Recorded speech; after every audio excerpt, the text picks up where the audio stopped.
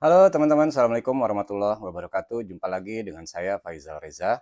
Pada kesempatan kali ini saya mau membahas tentang laptop yang sebetulnya ini udah keluaran dari 1 tahun yang lalu ya. Eh, Cuma ini kenapa direview karena ini memang sangat ringan ya, bentuknya tipis dan ini ringan. Cuma 1,8 kilo ya kalau nggak salah beratnya ini ya. Dan ini juga sudah dilengkapi dengan RAM 16 GB sama SSD 512 ya, 512. Seperti ini, layarnya juga sudah Full HD 1080 pixel ya, sudah bisa merekam ya dengan format 1080 pixel, layarnya IPS. Terus apa ya? Yang pasti ini sudah dilengkapi dengan prosesor AMD Ryzen 5 7530U ya. Ini Ryzen 5 7530U. Ya, ini adalah Acer Swift Go 14. Untuk detailnya kita akan menggunakan layar bawah ya. Oke teman-teman, jadi untuk tampilannya seperti ini ya. Acer Swift Go 14 ya. Ini warna silver. Bodinya dia bahan poli ya, bukan metal ya. Di situ keterangannya aluminium, tapi ini bahan metal ya, polikarbonat ya.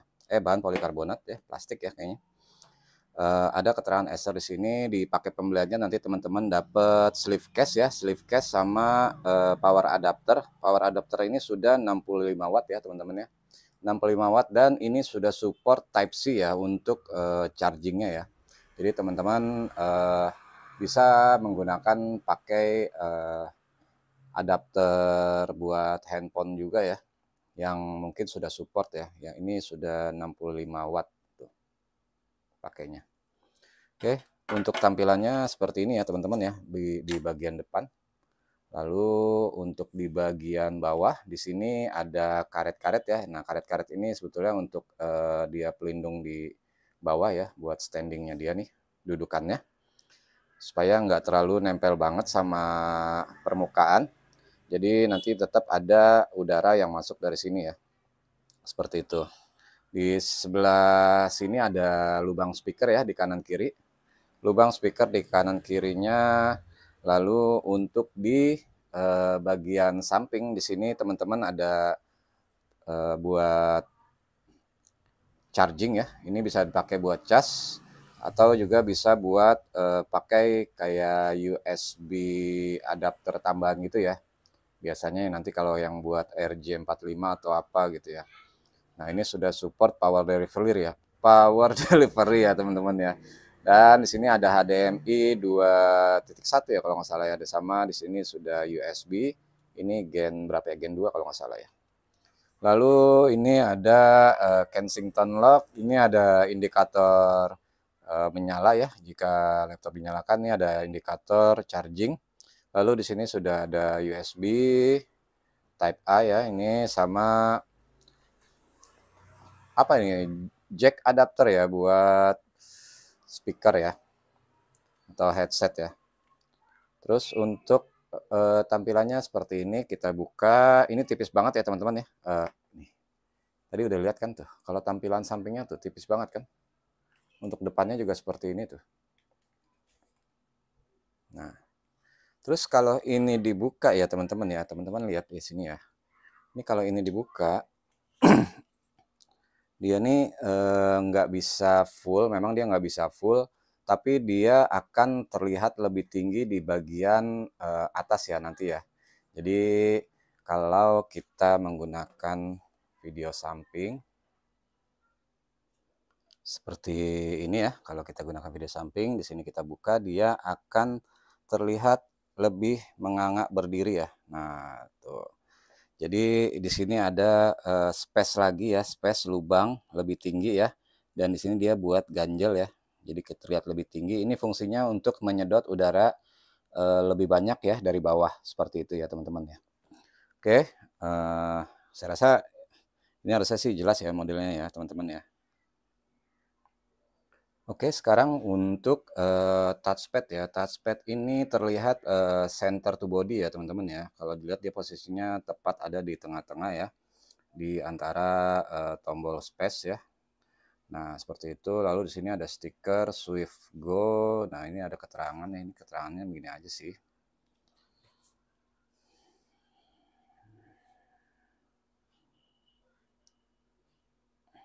Buram. Twin air cooling, USB 3.2 full function ya, Type-C connector, WiFi-nya sudah 6E, HDMI 2.1 ya. Dan di sini sudah ditenagai dengan prosesor AMD Ryzen 5 7000 series ya. Tepatnya dia di 7530U ya, tipenya ya. Dan ini sudah support pakai AMD Radeon Graphic ya. Seperti itu. Lalu untuk tombol keyboardnya seperti ini ya teman-teman ya. Kalau kita lihat dari dekat ya. Nih. Ini sudah pakai chiclet keyboard ya. Seperti ini ya. Nah, terus di sini untuk tombol lagi. Untuk tombol powernya ya, tombol power ini sudah support fingerprint ya. Ini kalau ini kan cuma stiker aja, ini sudah support fingerprint. Jadi kalau teman-teman sudah daftarin fingerprintnya juga, nanti tekan ini juga langsung loginnya langsung auto buka ya. Dan ini sudah support Lightning keyboard ya, tapi dengan dua tipe ya, dua model ya untuk cahayanya ya, seperti itu ya. Dan ini ada lubang-lubang grill ya, lubang grill ini untuk keluar panas nih, seperti ini ya teman-teman ya.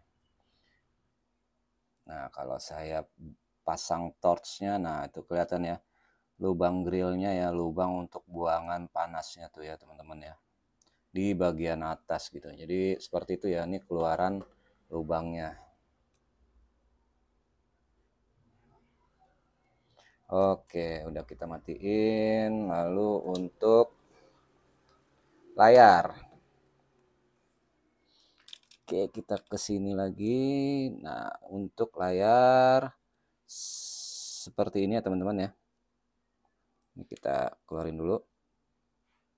Oke, di sini ada keterangan ya, stiker Full HD 1080 ya.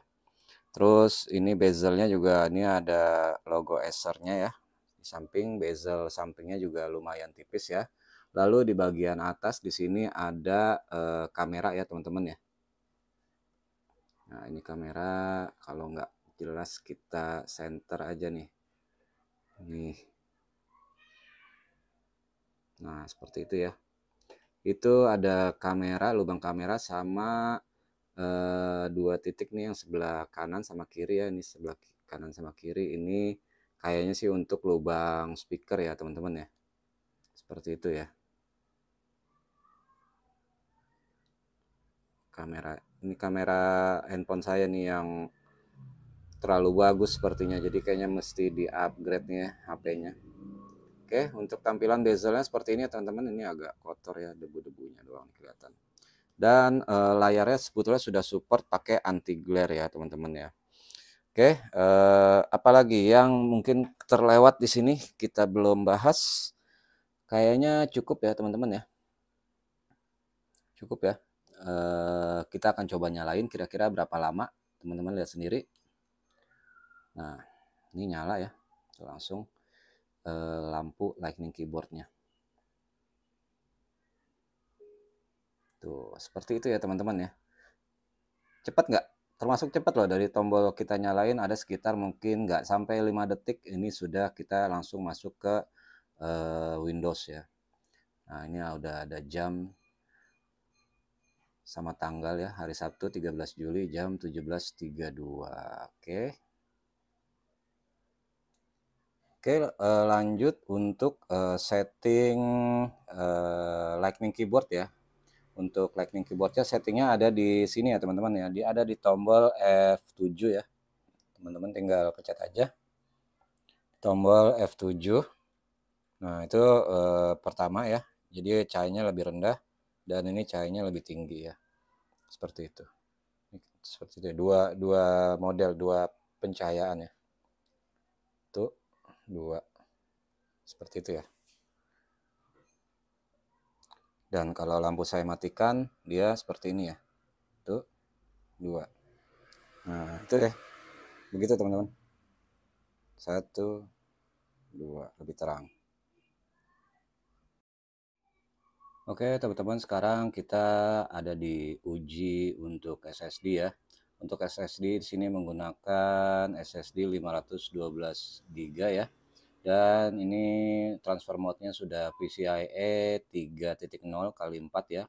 Ini sudah SSD yang Gen 3 ya, NVMe seperti itu. Dan hasil uji kristal disk mark-nya di sini untuk kecepatan baca ada di 1891 MB per detik, dan untuk di kecepatan tulis ada di 1741,25 per detik ya. Ini buat saya ini cukup kenceng ya untuk speed SSD segini ya, 512 GB ya. Udah di atas 1500, ini 1800 loh kecepatan bacanya. Jadi yang pasti lebih cepat ya kalau buat transfer data gitu ya.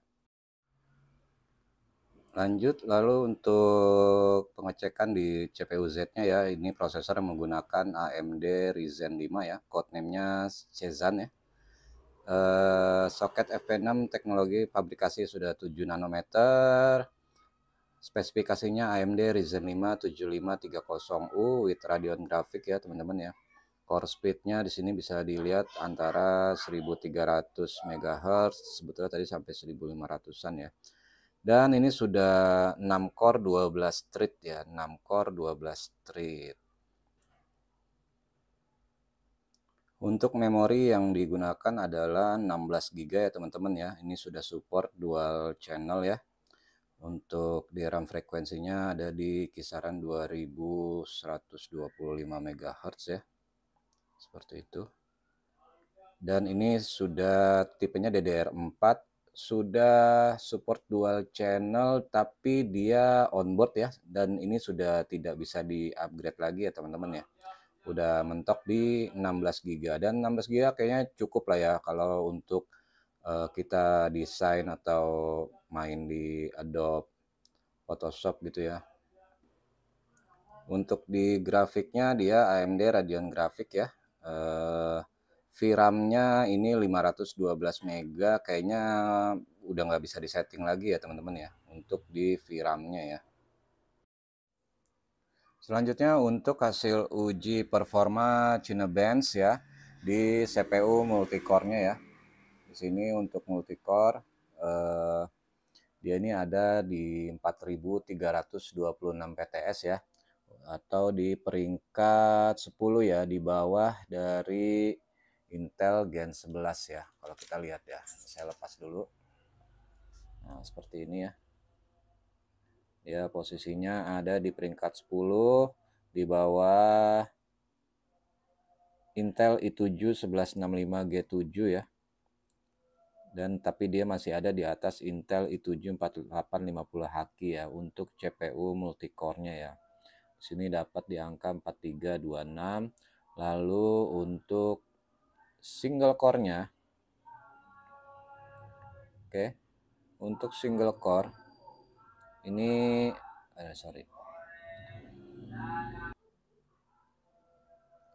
untuk yang CPU single core-nya ini dapat di 523 PTS ya teman-teman ya.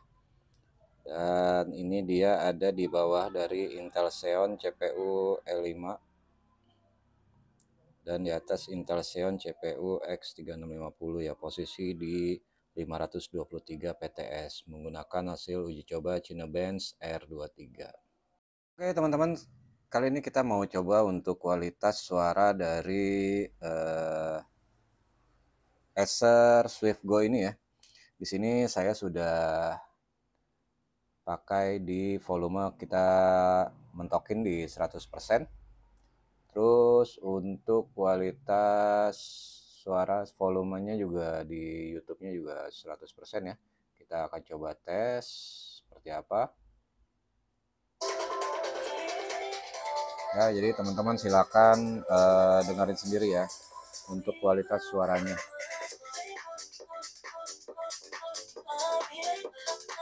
Di 100%.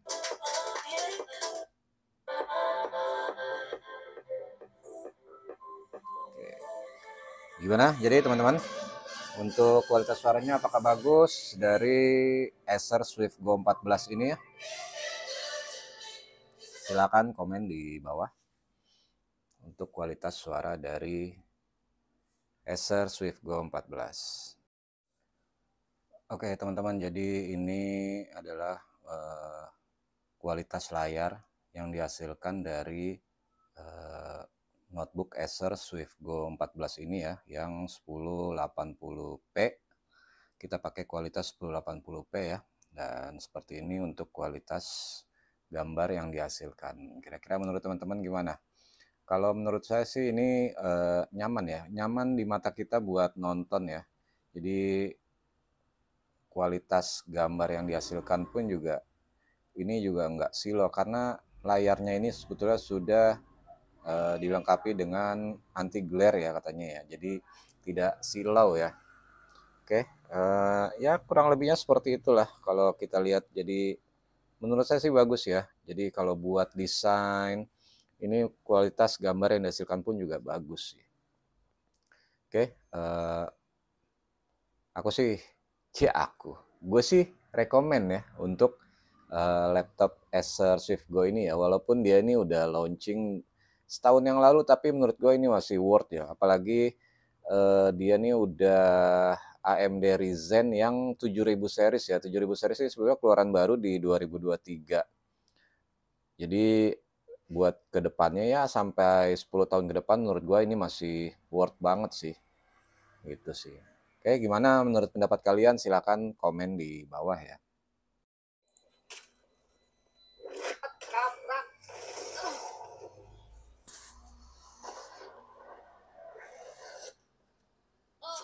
Deadlock's wires are obnoxious.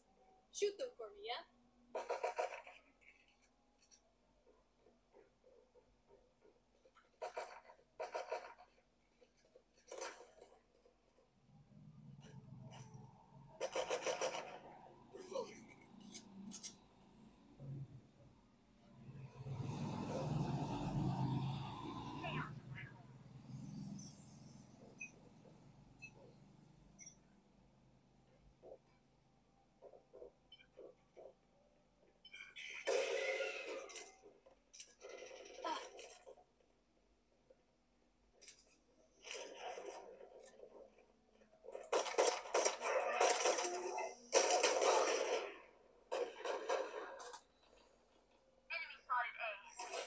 Suppressing.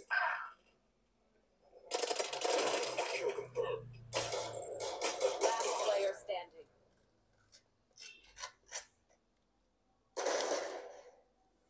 Spike down A. Grenade! Out of charges. Spike planted.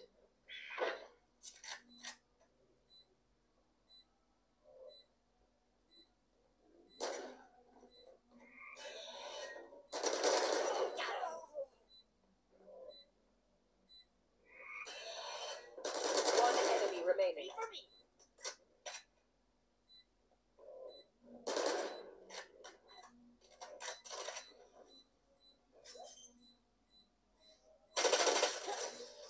Fuck, bro.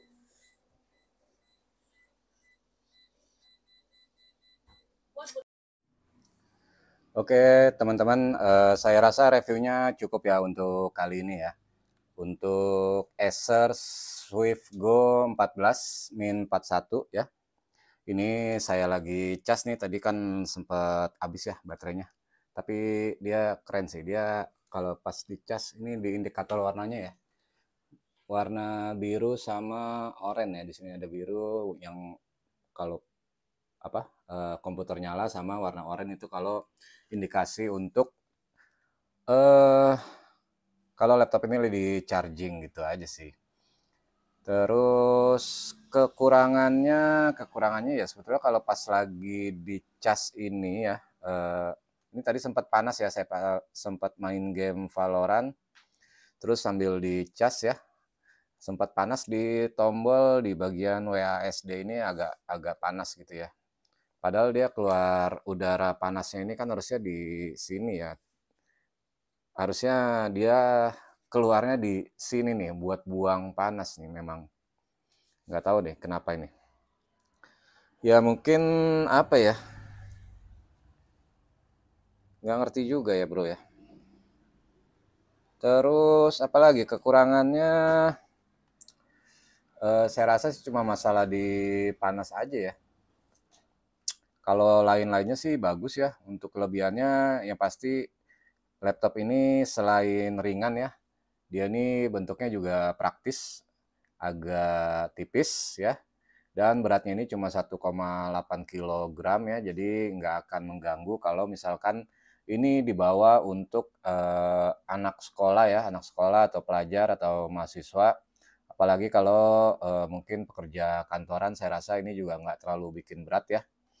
Terus kelebihannya di paket kelengkapannya dia nih sudah disertai dengan Windows Home 11 ya. Windows Home 11 sama Microsoft Office Home and Student ya. Jadi teman-teman nggak perlu cari aplikasinya lagi, OS buat Windows atau MS Office-nya dia udah dapet ya. Terus dapat sleeve case-nya juga sama adapter 65 watt dan enaknya dia nih untuk chargingnya sudah pakai tipe Type C ya, tipe Type C. Lalu untuk harga varian yang ini warnanya pure silver ya teman-teman ya. Sebelumnya kalau nggak salah dia ada dua, satu lagi warna rose ya. Yang ini pure silver. Untuk harganya ini di 8.499.000. Beda dengan awal waktu pertama kali launching, sebetulnya harganya ini di sekitaran 11 jutaan ya. Sekarang udah turun. Jadi mumpung lagi murah nih dan dibilang lama enggak juga kok. Baru setahun itu enggak lama kok teman-teman. Ini kalau menurut saya masih worth sampai 5 atau 10 tahun ke depan lah masih worth ya. Untuk Acer SwiftGo 1441 yang udah dilengkapi dengan RAM 16GB dan SSD 512GB, PCIe Gen 3 loh. Ini udah yang Gen 3 ya. Jadi SSD-nya ini lebih kenceng ya. Tadi sudah saya review kan. Yang pasti dia jauh lebih kenceng. Terus untuk performa baterai ketahanan baterai ini sebetulnya dia 13 jam kalau menurut reviewer lain ya. Cuma saya kan belum sampai cek ke sana ya. Yang pasti dari tadi saya dari siang tadi review nih sampai jam berapa ya? Sekarang udah jam 8, jam 9 loh, jam 9 loh udah. Jam 8 ya, jam 8.30. Oh, berarti jamnya salah di sini nih. Saya lihat di sini jamnya salah. Lalu kelebihannya apalagi ya selain harga yang murah 8.400.000 buat main game-game ringan juga menurut saya masih enak kok, masih cocok ya. Lalu untuk di bagian display ini dia sudah 100% sRGB ya, color gamutnya katanya ya. Cuman saya juga belum cek ke sana tapi yang pasti tadi sempat tes untuk warna di main di setel di YouTube yang 1080 itu memang kualitas warnanya itu bagus ya dapat ya. Dan memang dia ini udah Acer Comfy View ya, yang pasti udah nyaman di mata karena udah anti glare dan nggak ada silo. Kalau misalkan ada lampu terus biasa kan suka mantul ke mata gitu ya cahayanya. Ini enggak. Ini udah oke kok teman-teman. Jadi memang benar-benar nyaman di mata sih. Gitu. Terus apa lagi ya? Sudah dilengkapi AMD Ryzen 7320U. Nah, seri U ini seri Ultra yang dia nih sebetulnya lebih hemat baterai ya. Jadi wajar kalau dia tuh bertahan di kisaran 13 jam untuk ketahanan baterainya. Itu sih. Kelebihannya apalagi? Saya rasa itu aja ya untuk sementara. Jadi kalau misalkan ada yang mau tanya-tanya, teman-teman silakan isi di kolom komentar ya. Mau tanya seputar tentang Acer SwiftGo 14 ini, silakan isi di kolom komentar. Link pembeliannya nanti saya taruh di deskripsi, teman-teman bisa klik link pembeliannya ya di deskripsi ya. Untuk Acer SwiftGo 14 ini, apalagi ya? Yang pasti jangan lupa subscribe yang belum subscribe ya, agar channel saya semakin berkembang.